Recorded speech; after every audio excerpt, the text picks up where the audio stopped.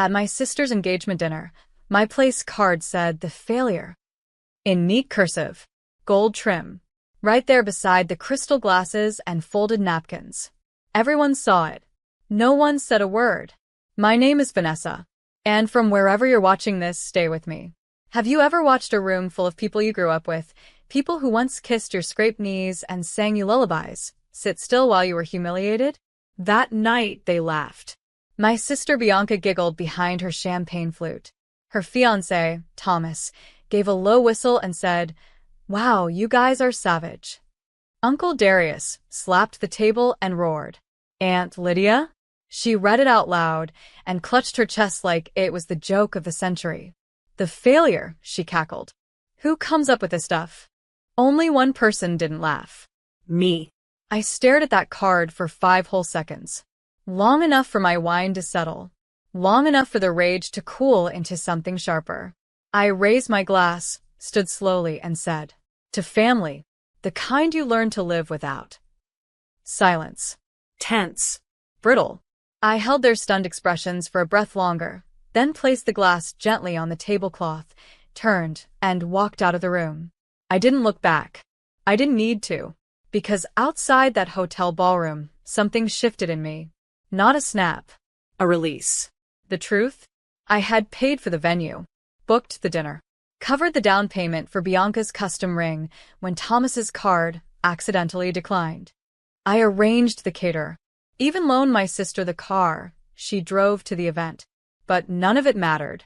To them, I was the convenient wallet, the safety net, the one who never lived up to her potential but always footed the bill. They didn't just mock me. They did it on a night I paid for. And they expected me to swallow it with a smile. Instead, I walked outside, handed my valet ticket to the attendant, and reclaimed my name. Because that car was mine. And as I slid into the driver's seat and pulled away from the curb, I made one quick call to my assistant. "Hi, yes. Cancel the banquet hall, the bridal suite, and the floral delivery for Saturday." All of it was under my name. "Understood," she replied. "Anything else?" "Yes. Call the caterer. Tell them to sell the food elsewhere. And put the cancellation fee on the bride's card." "The card you added to the file for emergencies?" "Exactly that one." I hung up. Let them toast to that. I wasn't the failure. I was the foundation. And they had just stomped on the only thing keeping their celebration afloat. They thought they could humiliate me without consequence. They forgot who wrote the checks. This wasn't rage. This was receipt-based revenge. And I was just getting started. You don't wake up and become the failure overnight. It takes years of silent disrespect, subtle erasure, and twisted narratives passed around the dinner table like dessert. Growing up, I was the dependable one. The kid who followed rules, brought home A's, stayed quiet when others screamed. Bianca, my younger sister, was the wild card, charming, chaotic, impulsive. She wrecked 3 cars before she was 21, failed out of college twice, and somehow still got a standing ovation when she landed a basic marketing internship. Me? I built a career from scratch. Started a consulting firm that survived the pandemic and a recession. Paid off our parents' mortgage by 30. But every Thanksgiving, I was asked the same question. "Still single, Vanessa?" And if I mentioned work, "You really should focus more on your personal life. You don't want to end up alone." They didn't care that I was successful.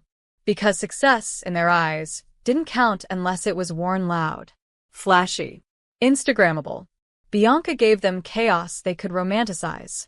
I gave them stability they could use and overlook. She brought drama. I brought checks. When my mother got sick, it was me who moved back in, rearranged her medication, scheduled appointments, argued with insurance. Bianca would visit for 20 minutes, post a selfie by mom's bed, then disappear until the next crisis. Still, my parents called her the light of the family. I was the strong one. That label sounds like a compliment until you realize it just means no one will come check on you. When my firm landed its first $500,000 client, I told my father, hoping for a flicker of pride. He nodded absently and asked, "Have you thought about freezing your eggs?" It was never about my success. It was about my failure to conform. And when Bianca got engaged, it was like the family had found a new religion. Suddenly, my mother was glowing again. My father started talking about legacy. Every group chat lit up with dress options, ring photos, and our princess is finally settling down. Nobody asked how it was being funded. They just assumed someone else would pay. And I did. Because that's what I'd always done. The venue? My corporate discount. The catering deposit? Covered it. Bianca's engagement ring? I wired the funds when Thomas said he needed a few extra days to move money around. None of it was framed as sacrifice. It was framed as expectation. So when I walked into that engagement dinner, I knew I wasn't the star. I didn't want to be. But I didn't expect humiliation. I didn't expect to find that card. The failure. It wasn't a joke. It was a message. A reminder of the role they had cast me in. Dependable. Forgettable. Expendable. And finally, I'd had enough. Because when you spend your life keeping the house from burning down, eventually you realize it's not your job to rebuild what they've decided to burn. Sometimes the only power move left is walking away with the matches. The morning after the dinner, my phone lit up with missed calls. 23, to be exact. Texts followed. Bianca, was that really necessary? Mom, Vanessa, stop being dramatic. It was a harmless joke. Thomas, you've left us in a really tough position. We're trying to fix things. Can we talk? Dad, we need to discuss this like adults. Not one of them said they were sorry. No one asked if I was okay. They were just stunned that I'd done the unthinkable, set a boundary. I ignored the messages, but something kept gnawing at me. The card. The smirks. The coordinated cruelty of it all. That card didn't magically appear on the table. Someone ordered it. Someone planned it. And the more I thought about it, the more I realized this wasn't spontaneous mockery. It was a setup. I went back through the group text I'd been reluctantly added to during the engagement planning. The Vanessa will take care of it thread. I scrolled through months of messages, screenshots, links. Everything I'd been voluntold to handle. Then I saw it. A message from Bianca to her maid of honor, days before the dinner. OMG, wait till she sees her place card, loudly crying face, I'm crying already. Tell Thomas to get it printed before Thursday. Gold trim, cursive, just like the others except you know. Followed by a laughing emoji. I stared at the screen. So, it wasn't just a mistake. It wasn't something one petty cousin did in a moment of stupidity. It was intentional. It was planned, shared, laughed about in advance. And they let me pay for it. I was footing the bill for my own public execution. Worse still, I remembered overhearing Bianca on the phone with the event planner 2 days prior. She was laughing in that high, glassy voice she used when she wanted to be taken seriously. Yeah, my sister's the responsible one, she said. Basically my unofficial maid of honor/bank. I hadn't flinched then, but now I felt it, all of it, settle like lead in my chest. They didn't just disrespect me. They built their celebration on top of me like I was some kind of invisible scaffolding. Like I didn't have power. Like I wouldn't notice. Like I wouldn't remember. I reached out to my assistant and asked her to confirm the list of reservations still under my name. She sent back a spreadsheet. It was worse than I thought. The reception hall. The catering. The honeymoon suite. The bachelorette weekend spa package. All charged to me. All scheduled under accounts they assumed I'd forget to check. I sat with that for a long time. Not angry. Not even hurt anymore. Just awake. This wasn't just about a card. This was about years of erasure. They never thought I'd fight back. Because I'd been conditioned to believe that being the strong one meant swallowing my rage and picking up the check. But they forgot something. I didn't get where I am by accident. I built everything they lean on. And now, I was pulling the plug. Because sometimes, power doesn't look like screaming in someone's face. Sometimes it looks like saying nothing and quietly burning down the parts of the bridge you own. I didn't cancel everything at once. That would have been loud, emotional, predictable. Instead, I let the clock tick quietly while I built my response like a strategy deck. First, I instructed my assistant to reassign the event venue's remaining balance to Bianca. No email notice. Just a quiet update on the system that would alert her 3 days before the final payment was due. Then the florist. I contacted them personally and explained I was no longer sponsoring the event. I recommended they request full payment immediately or walk away. I even CC'd Bianca with a subject line, "Best of luck finalizing the flowers." She didn't respond. She called instead. I let it ring. Then I did the same with the DJ, the decorator, and the hotel where they'd booked the honeymoon suite on my corporate card. All of them had agreements tied to my accounts, my name, my access. They'd taken it all for granted. So I took it back. Each call ended with a professional, courteous line. Unfortunately, due to recent developments, I'll no longer be covering the event. Kindly redirect all invoices to the bride and groom. No anger. No explanation. Just business. The bachelorette spa package was the most fun. I had prepaid for the entire weekend as a surprise. 3 nights in a luxury resort, full body massages, champagne brunches, everything Bianca had boasted about to her friends like it came from Thomas. So I contacted the resort and canceled the group reservation. On the day they were supposed to arrive, they stood at the check-in desk and were told, "There's no booking under this name." The reservation was canceled by the card holder. Tara, one of Bianca's less cruel bridesmaids, texted me, "Did you cancel the spa weekend? They're freaking out. I don't want to get involved, but damn. That's cold." I replied, "Not cold. Calculated. Also, tell her to try gratitude next time. Because here's the thing, I wasn't trying to destroy the wedding. I was trying to remind them whose foundation they stood on. You don't get to humiliate the person paying your bills. You don't get to write the failure on a card and expect the so-called failure to keep funding your fantasy. They made me invisible for years. But money leaves footprints. And when mine disappeared, so did their plans. The final move came with perfect timing. I called my bank and withdrew the $15,000 I had sitting in a family emergency fund I'd opened years ago, originally intended to support my parents if anything happened to them. They never used it. But now they had quietly given Bianca access, just in case she needed a little cushion during the wedding planning. I emptied the account. That same evening, my mother called. Her voice was tight, brittle. "Vanessa," she said, "did you move the funds from the joint family account?" I paused. Then I said, "Oh, you mean the account for the daughter, who never fails?" She didn't answer. "I figured the failure shouldn't be responsible for the family's emergencies anymore," I added. "Vanessa," she snapped, "this isn't the time to be petty." I hung up, not in anger, in peace, because for the first time in years, they had to figure out life without me. And that was the beginning of the end for them. The real chaos started on Thursday morning. Bianca called me 13 times. Left voicemails ranging from fake apologies to full-blown screaming matches with herself. Her final message was the most revealing. "You always think you're so clever, but you're bitter, jealous. This wedding is still happening, with or without you." I smiled when I heard it, because the part she didn't know? It wasn't happening. Not like she thought. That afternoon, the event planner called me directly.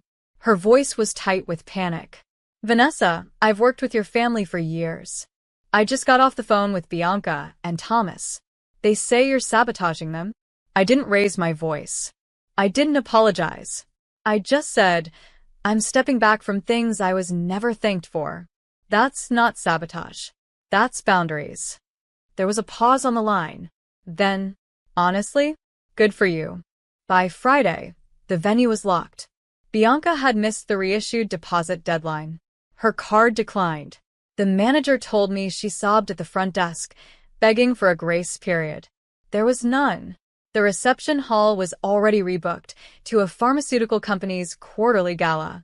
The banner out front read, "Building toward the future." Poetic. The hotel suite was released to the public. Someone else snagged it before Bianca even got to the front desk. Her bridesmaids texted me a blurry photo of her, sitting on the floor of the lobby, mascara streaked down her cheeks, muttering, "She's ruining my life." But I wasn't ruining anything. I was simply removing myself. And when the caterer called her that night to confirm that final payment was now overdue, she broke. She finally called me, not screaming, just whispering, "Why are you doing this?" I paused, then answered, "You taught me something, Bianca. You taught me that kindness in our family is seen as weakness. So, I'm correcting the imbalance." She started crying. I didn't, because this wasn't revenge. This was recalibration. I had spent my entire life being the fix-it girl, the one who showed up, Paid. supported, smiled through gritted teeth while being belittled, overlooked, and used. And for what? To be labeled the failure? To be mocked in front of everyone? To have my contributions buried under their champagne and confetti? No more. That night, I went out to dinner. Alone. A small French place downtown. My phone vibrated on the table, texts pouring in from my mother, father, uncles, aunts. "What are you doing? This isn't how family behaves. You're embarrassing us." I silenced the notifications. Then my assistant called. "Hey," she said, "we just got a notification. Someone tried to log into your business PayPal from your sister's email." I exhaled slowly. Shut it down. Already done. I sipped my wine. Let them scramble. They'd built their celebration on stolen grace. And now the scaffolding was gone. The party was canceled. The vendors pulled out.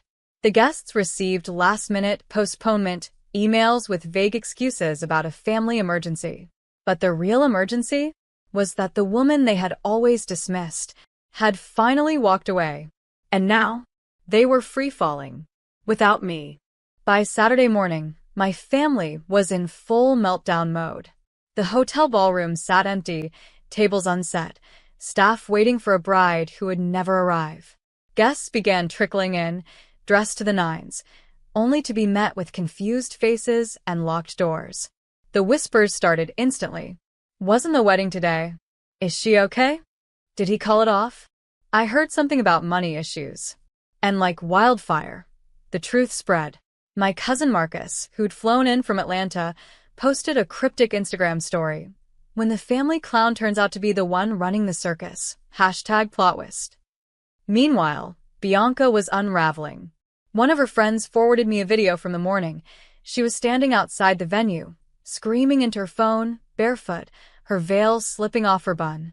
She did this. My sister did this. She took everything. She wasn't wrong. But I hadn't taken anything that was hers. I simply reclaimed what was mine. The final nail in the coffin came when Thomas's parents pulled him aside and asked some hard questions. "Why did your fiancée rely on her sister to pay for everything? You're an investment banker, aren't you? If she can't manage a wedding, how will she manage a household?" By the time Sunday rolled around, the engagement was on pause. Not officially broken, but certainly cracked. And my parents? They showed up at my condo unannounced. My father stood there, fists balled at his sides. My mother's lips were trembling with whatever speech she had rehearsed in the car. "You humiliated us," he said. "I didn't invite them in." I stood at the door. "You let them call me a failure," I replied. "At a table I paid for. In a room I arranged. For a woman I carried on my back for years." My mother opened her mouth, closed it. "You made a mockery of your sister's future." Dad tried again, but his voice faltered. "Wrong," I said, calm and steady. "I exposed the mockery you all made of mine." I handed him a manila envelope. "What's this?" he asked. "Receipts," I said. "Every payment I made for your precious daughter's dream wedding. It totals just over $38,000. I've itemized it for your convenience." He turned red. "You're charging your own family?" "I'm forgiving the debt," I said. "But I'm keeping the record." Then I shut the door. Not angrily, not violently, but firmly. And I leaned against it as their shadows faded from my doorstep. They never saw me as family. Just a tool. A resource. A fallback plan. But now the plan had changed. Later that night, I received a message from Grandma, the only one who never laughed at that dinner. It said, "Proud of you, baby. Maybe now they'll learn how much weight you were really carrying." And in that moment, I exhaled everything I'd been holding in for years. The pain. The guilt. The endless need to prove myself. Gone. Because their collapse wasn't just a result of what I did. It was a consequence of what they never did. Appreciate me. Respect me. Protect me. And now that the rug had been pulled out, they were left with the truth. I wasn't the failure. I was the foundation. And when the foundation walks away, the whole house comes crashing down. For the first time in years, I felt light. Lighter than the debt I'd paid. Lighter than the silence I'd kept. Lighter than the invisible weight of trying to earn a place in a family that only valued what I could do for them, not who I was. I poured all the energy I used to give away into myself. And it showed. My firm expanded. A Fortune 100 company signed a retainer contract.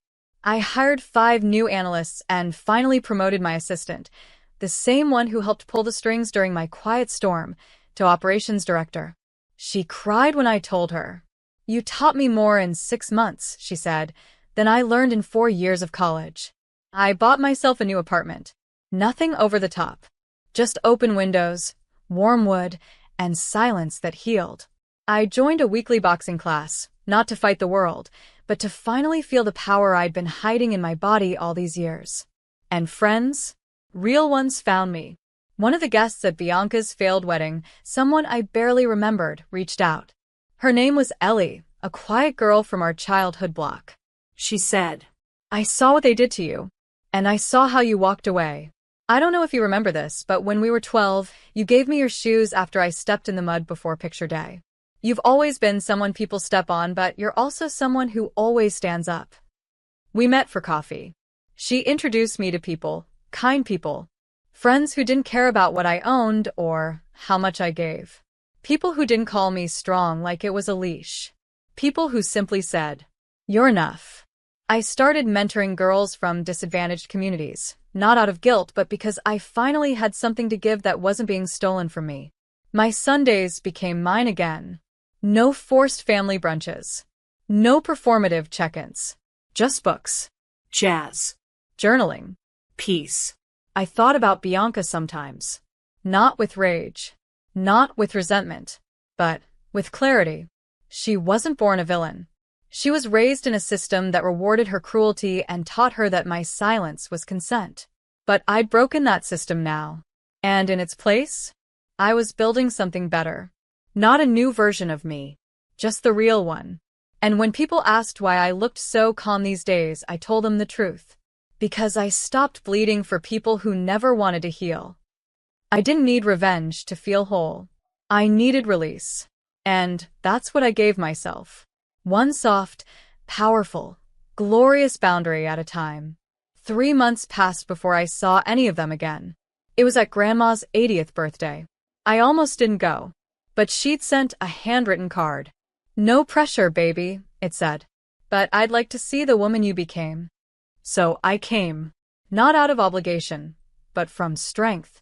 I wore a simple black jumpsuit. No labels, no designer bag, just presence. Calm. Rooted presence. The moment I walked into the hall, the air shifted. Conversations quieted. Glasses paused mid-sip. Bianca turned and stared like she'd seen a ghost. She looked thinner, paler. Thomas wasn't at her side. Someone whispered they'd postponed indefinitely. Mom approached me halfway through the buffet line. She had on pearls and a new smile, the fake kind you wear when you need something. She touched my arm gently and said, "You look well." I looked her dead in the eyes. "I am." Dad stood behind her, nodding stiffly like we were strangers at a board meeting. Bianca never spoke to me that night. But she watched me.